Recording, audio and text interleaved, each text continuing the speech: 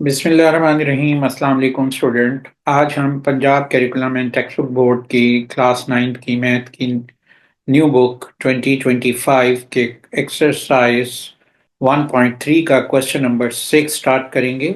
इस क्वेश्चन को स्टार्ट करने से पहले मेरी आपसे रिक्वेस्ट है कि इस चैनल को सब्सक्राइब करें और बेल आइकॉन को प्रेस करें। Exercise 1.3, question number 6. The sum of ages of father and son is 72 years. 6 years ago, the father age was 2 times the age of son. What was son's age 6 years ago? देखो इस question को कैसे solve करना है। सबसे पहले हम suppose करेंगे कि इनकी सन और फादर की एज जो टुडे एज है उसको हम सपोज कर लेंगे। यहाँ मैंने सपोज कर लिया है कि सन की एज है x और फादर की एज है y। अब आपको मालूम है यहाँ पर जो फर्स्ट स्टेटमेंट है कि वो सम ऑफ एजेस जो है उसने दी हुई हैं वो इक्वल हैं 72 के, तो ये एक फर्स्ट इक्वेशन आ जाएगी। सेकंड इक्वेशन देखें, वो कहते हैं 6 years अगो फादर एज क्या होगी और सन एज क्या होगी, तो ये देखें ये बनेगी x-6। सन की एज हो जाएगी 6, इसमें से माइनस कर दें 6 ईयर बिफोर क्या बनती है। अगर सपोज आज एक बच्चे की उम्र जो 20 ईयर्स है तो 6 ईयर अगो क्या होगी 14 ईयर। तो इस तरीके से हम यहाँ पर इसको एक्स में से 6 को मैंने माइनस कर दिया है और वाई में फादर की एज जो भी एज थी उस वक्त तो उसमें से वाई 6 को माइनस करें तो वो y-6 हो जाएगा। तो यहाँ पर हमने ये मेंशन कर दिया है कि son's age 6x-6, father as y-6। अब देखिए ये सेकंड स्टेटमेंट में कहता है ये जो फादर की एज है ना y-6, ये 2 टाइम ग्रेटर है किससे, सन की एज से। तो सन की एज से ये दुगनी है ये एज, तो ये वैल्यू है x-6। तो इसको बैलेंस करना हो अगर मैंने या मैंने इक्वल करना हो तो क्या करूंगा कि इसको 2 से मल्टीप्लाई कर दूंगा, क्योंकि ये एज जो है फादर की एज 2 टाइम ग्रेटर है। यानी अगर 40 अगर है फादर की एज और सन की 20, तो फादर की एज 2 टाइम ग्रेटर है। तो अगर मैंने बैलेंस करना होगा तो सन की एज को 2 से मल्टीप्लाई करूंगा। यहाँ भी मैंने 2 से मल्टीप्लाई कर दिया। अब यहाँ देखें ये इक्वेशन बन गई हमारे पास 2x-12 इक्वल टू y-6। इसको मैं यहाँ लिख सकता हूँ 2x-y, और y को मैंने शिफ्ट कर दिया राइट से लेफ्ट पे, और 12 को मैं यहाँ पर लेफ्ट से राइट पे शिफ्ट कर लूंगा। ये हो जाएगा -6 + 12, तो ये इक्वेशन आ जाएगी 2x-y इक्वल टू 6। यहाँ पर ये दो इक्वेशन आ गई हैं हमारे पास, इक्वेशन 1 एंड इक्वेशन 2। अब इन दोनों को साइमल्टेनियसली सॉल्व कर लेते हैं। तो यहाँ हम लिख लेते हैं x+y इक्वल टू 72, और यहाँ लिख दूसरी इक्वेशन है 2x-y इक्वल टू 6, और एडिंग इक्वेशन 1 एंड 2 ऐड कर लेते हैं। एडिंग इक्वेशन 1 एंड 2, तो ये वैल्यू क्या होगी ऐड करने से। यहाँ नोट करें कि इसको अगर मैं ऐड करूँ 2x में x को ऐड करूँगा तो ये वैल्यू आ जाएगी 3x, और y+y-y कैंसिल हो जाएगा और ये वैल्यू आ जाएगी 72 + 6 78। और अब हम 3x को x से 3 से डिवाइड करेंगे दोनों साइड पे, तो ये वैल्यू बन जाएगी x इक्वल टू 26। अब आपने ये x किसकी एज को शो कर रहा है, सन की। तो यहाँ पर सन की एज हमारे पास आ गई है 26। फादर की एज कैलकुलेट करने के लिए हम किसी एक इक्वेशन में x को पुट कर देंगे, तो ये x+y इक्वल टू 72, ये फर्स्ट इक्वेशन है, इसमें हम वैल्यू रख देते हैं।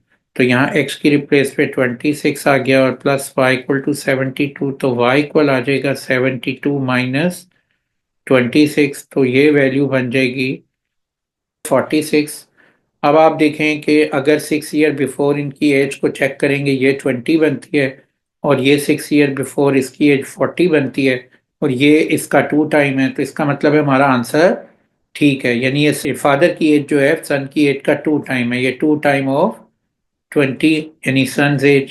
तो ये हमारा आंसर ठीक आ रहा है। तो ये आंसर आ गया है 46 और 26। अब हम आते हैं नेक्स्ट क्वेश्चन पे। Question number 7, Minha sells a toy for rupees 1520, what will be the selling price to get a profit 15%, to get a 15% profit।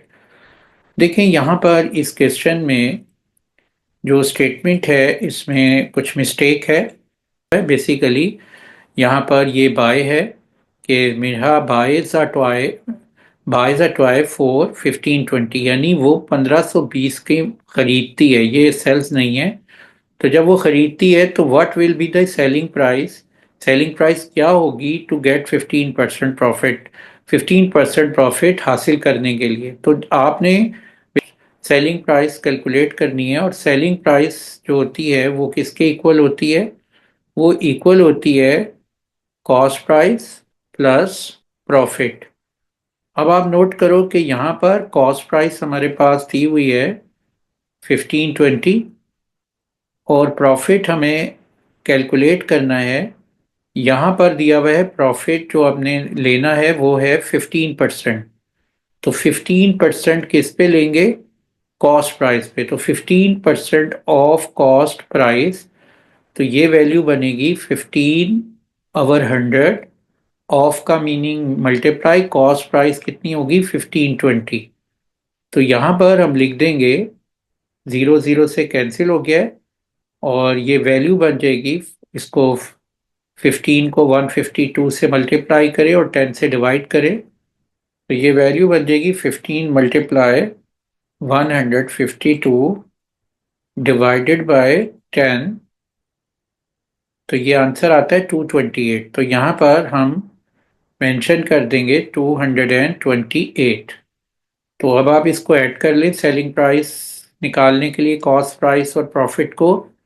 तो ये वैल्यू बन जाएगी 1748 पाक रुपीस। तो ये हमारा सेलिंग प्राइस का आंसर आ गया है।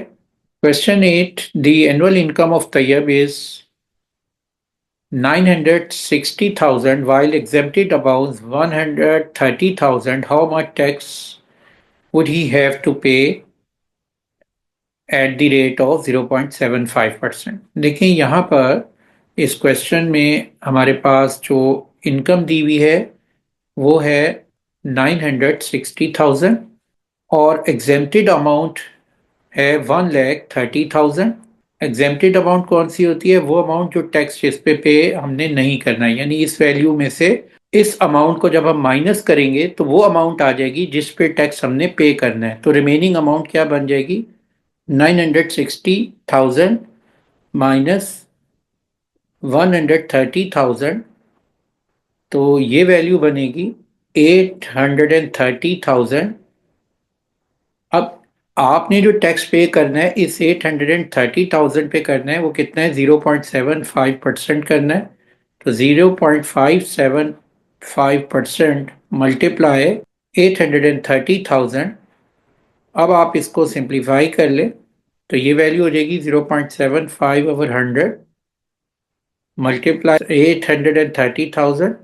अब आप देखें इसको 2020 से कैंसिल हो जाएंगे, और ये वैल्यू जब इसको मल्टीप्लाई करेंगे ये वैल्यू आ जाएगी 6,225। तो ये हमारा आंसर आ गया है। अब हम आते हैं इसके लास्ट क्वेश्चन पे इस एक्सरसाइज के। क्वेश्चन 9 है, find the compound markup on 3,75,000 for 1 year at the rate of 14% compounded annually. देखो आपने यहाँ पर कंपाउंड मार्कअप निकालना है। मार्कअप क्या होता है कि जब आप बैंक से लोन लेते हैं तो बैंक आपसे इंटरेस्ट चार्ज करता है, और वो इंटरेस्ट जो है दो टाइप का होता है, एक होता है सिंपल इंटरेस्ट और एक होता है कंपाउंड इंटरेस्ट। यहाँ पर सिंपल और कंपाउंड, तो देखो जो सिंपल इंटरेस्ट है उसका फार्मूला क्या है और कंपाउंड इंटरेस्ट का क्या है। यहाँ सिंपल इंटरेस्ट का फार्मूला होता है I = PRT, और कंपाउंड इंटरेस्ट का जो फार्मूला होता है वो I इक्वल होता है A-P। यहाँ पर जो A जो वैल्यू होती है वो इक्वल होती है P × 1 + R/100 whole power n। अब देखें ये कंपाउंड इंटरेस्ट और सिंपल इंटरेस्ट का फार्मूला मैंने लिख दिया है। अब आप इसको एक एग्जांपल से हम देखते हैं। सपोज 10,000 एक अमाउंट है जो आपने लोन ली है, प्रिंसिपल अमाउंट। अब आपने इस पे 10% आपका जो है इंटरेस्ट है। अगर आपने सिंपल इंटरेस्ट निकालेंगे, और ये हमने ले रहे हैं 2 ईयर के लिए, फॉर 2 ईयर, तो आप नोट करो कि पहले साल में जो इंटरेस्ट बनेगा यहाँ पर, वो इंटरेस्ट इस सिंपल में वो बनेगा 10,000 का 10%। तो 10,000 का 10% 10/100, तो ये वैल्यू आएगी 1000।